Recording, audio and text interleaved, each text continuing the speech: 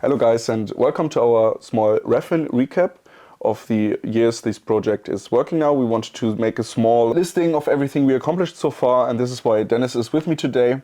And of course this project started nearly 2 years ago. There's always much more behind such a project, not just the beginning, but way more before. I think you wanted to talk about the application phase. This also took nearly 2 years, quite a long time. So to find all the partners in the beginning was quite a challenge. We got approved in November 2022. At that moment, it was already December. So that was already a delay. And then this approval came really sudden. We had to employ a lot of staff immediately. A few, like yourself, you started later in the project. Yes, exactly. When I started, you have already been to Vietnam for the first kickoff meeting. Yeah. And maybe you can give us some small insights of this first meeting. In 2023, we traveled first to Ho Chi Minh City, where we met one of our industry partners, Zian Brothers. They are producing ropes, and they have showing us around and their production facilities. After we traveled to Nha Trang, where one of the universities of the project is, we had a conference and talked to all the partners. All the partners are industrial partners, right? Yeah. STP, Zian Brothers, Wiener Tuna, Rimpf. Yeah, STP Group, exactly. STP Group. ICAFIS. And the universities. Exactly, yeah. So quite a lot of partners. We also had politics there, local authorities, to get the project disseminated and to have a proper start.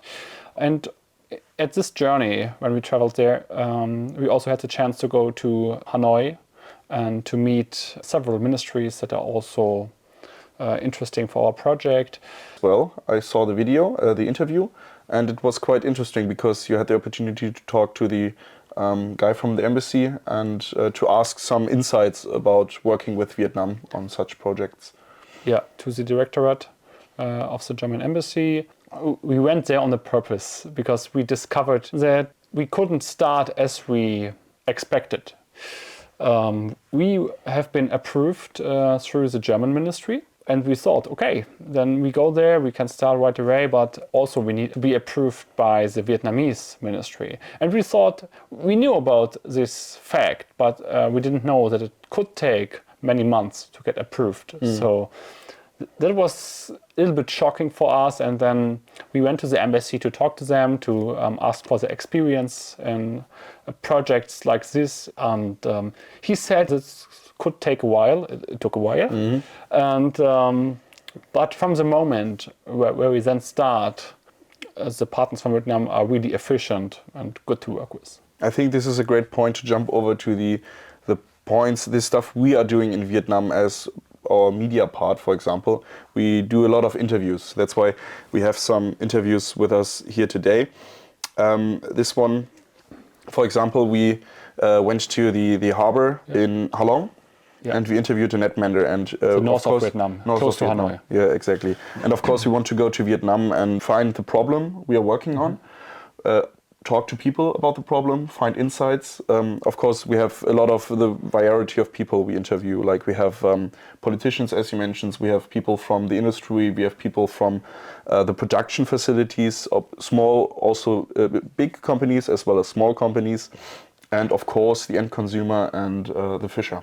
Yeah. So we want to get all the insights about the production, about if they do recycling, if they would prefer recycled material, and there we have a lot of insights we can have. Yeah, what you can see here, it's quite huge net mending. Normally, many micro businesses, just a small household, are doing those activities, and here are just we can see in the picture. I think there, except from the women, 4 or 5 more people working on the mending. Yes, and I think here you can see that we also took a device where you can see what the net is made of, what kind of material is into this net. Oh, actually, what kind of plastic. Plastic, so, exactly. For the next video, for example, this has been, you've visited this harbor. Yeah, this was from the kickoff meeting. A harbor in Nha Trang. The fisher just came back from the sea with all the catched fish. And for us, it's important to collect insights, how the industry works, how a harbor works, how the process there is. And we can see here quite huge fish they bring back on shore, and also really impressive. And you could see so many boats here in the background of the video. Fishing boats, yeah. It's enormous. It's such a giant industry in Vietnam. Coming from Germany with this problem in the backpack, like the problem is fishnet waste or pollution. Coming to Vietnam the first time, did you look out for this problem? Like, did you try to search? I want to see a net. On the coast, there are often spots where you can see old nets laying around. Of course, that's not everywhere. Vietnam has quite beautiful places, cleaned up places, but it's also an issue, and that's what we are facing. And as you mentioned beforehand, of course, if we go there to Vietnam, we want to meet with the partners.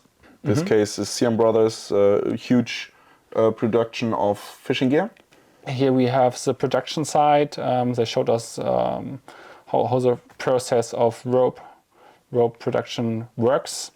And also we had the chance to talk to the chairwoman and the chairman about future plans also in recycling of the company and for the project, of course. Yeah, and I think this is a very, as I already mentioned, we go there, of course, to produce videos. We want to set interviews with the people, and we want to put this out on our social medias, for example, on our YouTube, just like this video, as well as our website where you have a lot of information stored. Yeah. And of course, Instagram as well as Facebook. And yeah, we also have a TikTok channel that is run by the students from Vietnam now. We have partners from our universities and students working for us, and they help us with the Instagram as well as TikTok. And for the media part, the next big thing we are working on is currently the documentation series. We want to showcase a long documentation considering 7 episodes, each 30 minutes? Yes, exactly. 30 minutes. The overall topic of the documentary series is the life of a net. So we show it from the beginning, from the production, over the use phase with fishermen, to the end of life, or first mending, and then the recycling process. What's new? It's a new topic. We show there 1 episode in Germany, 1 in Vietnam. And finally, the reuse, actually. And the big part of this is obviously that we're not doing this only our university or Australia, we're doing it with our partner universities as well. So each university gets 1 or 2 episodes they have to work on. So we work for our part here in Germany, and they work for their parts in Vietnam. And there already come up some small problems. This simplest one is the time difference. If you're working in Germany for your normal working time and you try to contact someone in Vietnam, they might not be working at this time anymore because the time delay is too huge. And this is a good part that we have also in this project, that we invite Vietnamese guests to Germany. So we have students as well as scientists coming to Germany. Yeah. We have students for our Salzgitter facility, where we have students working with us on media courses. We are doing photography courses. We are doing cutting, post-production, audio for 2 weeks, I think. It's a course that runs for 8 weeks in total, 4 weeks remote and 4 weeks here in place. It's a group of 14 Vietnamese students that came this year. 7 from them went to the recycling course in Wolfsburg, and the second group went to Salzgitter and was educated by us in all the media purposes. And also we have not only the students, we have the scientists as well, but they only sat in Wolfsburg for our research facility because they have to learn the machinery. This is why we have Julia online. Julia is from Wolfsburg campus for recycling research. We have some questions for her considering the Vietnamese students as well as the work we already did. Hi Julia, thank you for answering our questions. The first big question we have, what can we expect, what are you doing with Vietnamese students when they come to Wolfsburg for the research facility of recycling? Hello Marlene and Dennis. The Vietnamese students who visit us get a comprehensive insight into the different areas of plastic recycling and learn the theoretical basics as well as the practical applications on analytical equipment and machinery. Of course, I'm not the only one teaching our Vietnamese students. We are a 4-person team, and for example, I work in plastic analyzers and show the students how to use the lab equipment and how to evaluate the results, so that we can determine the type of polymer and get an estimate of the age. But of course, the processing of the materials, in our case mainly old fishing nets, is of great importance. My colleagues show the students, for example, how the products are best shredded and cleaned and how the actual recycling process takes place, including melting the materials in the extruder, producing the regranulate, as well as the following processing into product. And of course, we do this not only with our Vietnamese students, but also with our scientists from Vietnam. But they have to work and research a bit more. We already mentioned the scientists that come to Germany. How is this program, Train the Trainer, running? Can you explain it further, and also how do they get educated?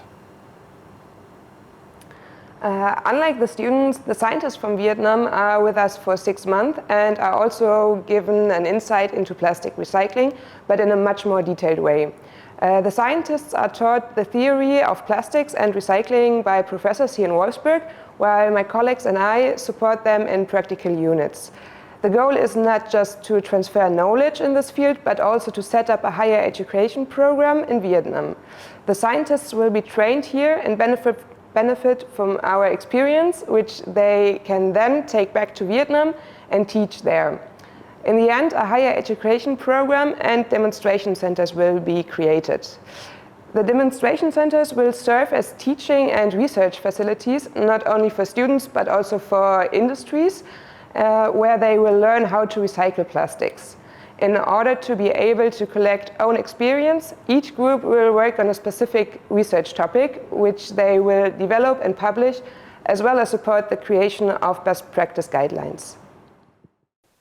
Talking about the best practice guides, they are also an essential part of our project, as not just the education of the scientists is important so that they know what to do. It's also important that everyone in this chain of recycling knows what is important for each stakeholder. So if we start from the production of a net, how do you produce a net in the best way that you can use it for recycling afterwards?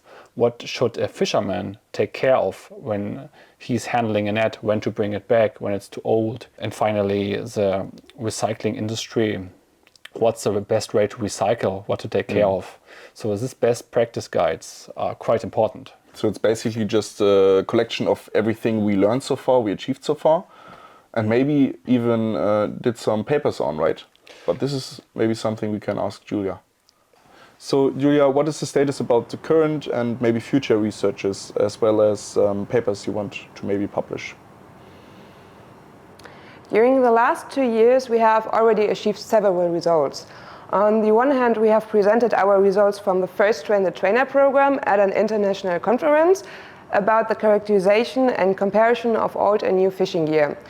We found that there is a clear difference between old and new materials, especially in infrared spectroscopy. We also look at what happens to fishing gear after it is manufactured. For example, we have been able to design a waste-to-value process chain for fishing nets, which help us to define the various process steps and to implement possible improvements with regard to recycling. Another very important question for us is when is the best time to lead the nets from the use phase into the recycling process. Of course, the products should be used as long as possible, but if the nets are already too old, it is usually better to send them for thermal recycling. Various experiments and analyses are underway for this purpose. Beside of that, we have planned different publications which have been developed from the Train the Trainer program. The next publication, for example, will be about the influence of the cleaning of old nets on the later properties of the recycled material. And our current group is working on the question of which mixture of new and old material leads to the best material properties. Of course, we want to achieve as high a percentage of recycled material as possible. And another topic for the next train, the trainer group, is the aging of fishing nets in different environments. So we have many different topics to research and are also in the process of publishing regular publications. By doing so, we hope not only to make progress on a recycling system in Vietnam, but also to gain new knowledge about plastics recycling in general. As I mentioned, that we extract from these papers and research good advice for our best practice guides. What are the latest findings and insights that you gathered during your research in Wolfsburg? We have found several important insights. For example, is a high material purity important for good quality of the recycled material. In this context, it's important to mention the implementation of a sustainable design of products so that the sorting of old materials will be improved. Another insight we could gain is the implementation of a digital product passport for material informations, which would help to characterize the old materials and could lead to better quality of recycling material. Thank you, Julia, for your time. I really appreciate it. And maybe to finish everything off, we can just talk about what is happening next in the REFN project. So I know that there's the next big travel to Vietnam in February next year. In the end of February, right, in 2025, there will be a conference in Khieu Sang in the south of Vietnam. And in this conference, we mainly deal with the topic demonstration center and the best practice guides. So how to implement it, how to get the demonstration center set up as one of the most important parts in the project. So this is something that should be done next year. Hopefully, yeah. I think around summertime next year, we expect that we can build up these demonstration centers. And hopefully start the recycling chain directly in Vietnam. Yeah, and the research also in Vietnam, not just here, create insights from there. Okay, yeah, we are looking to a bright future and we hope we can keep up to it. And I think that was it for our recent status about the REFN project. And you can, of course, just check on our website, refn.asia. Yes. And you can simply just check it out for some status updates, as well as our Instagram, our YouTube, Facebook, TikTok as well. Everything is linked down below. And yes, I wish you all the best for next year. Bye-bye.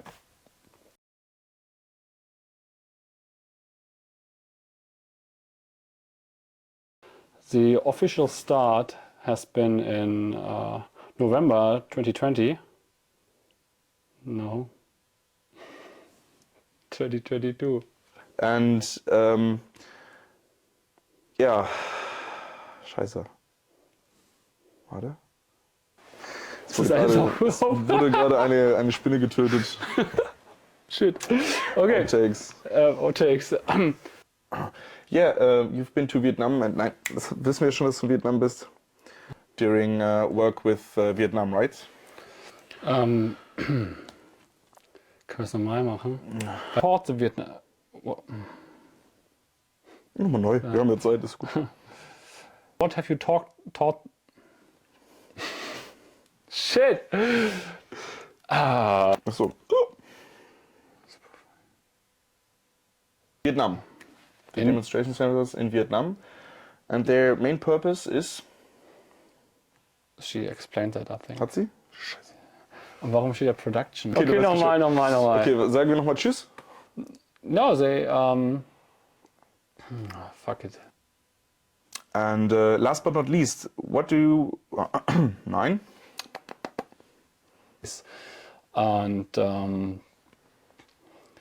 so... Hauptsache, da war eigentlich vorbei. The third group of scientists here. Sorry, da konnte ich gerade nicht. Hier ist sogar so, okay, mach ich. Yes. Okay, versuch. Ja. This time is 6 people. Six people. Ja. No, bei Sex Tourist von Vietnam. They're just professional in a normal working. Jesus Jesus Christ. Okay.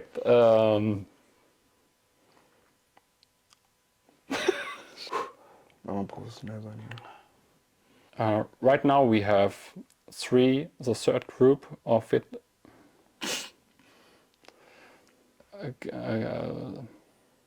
Bye bye!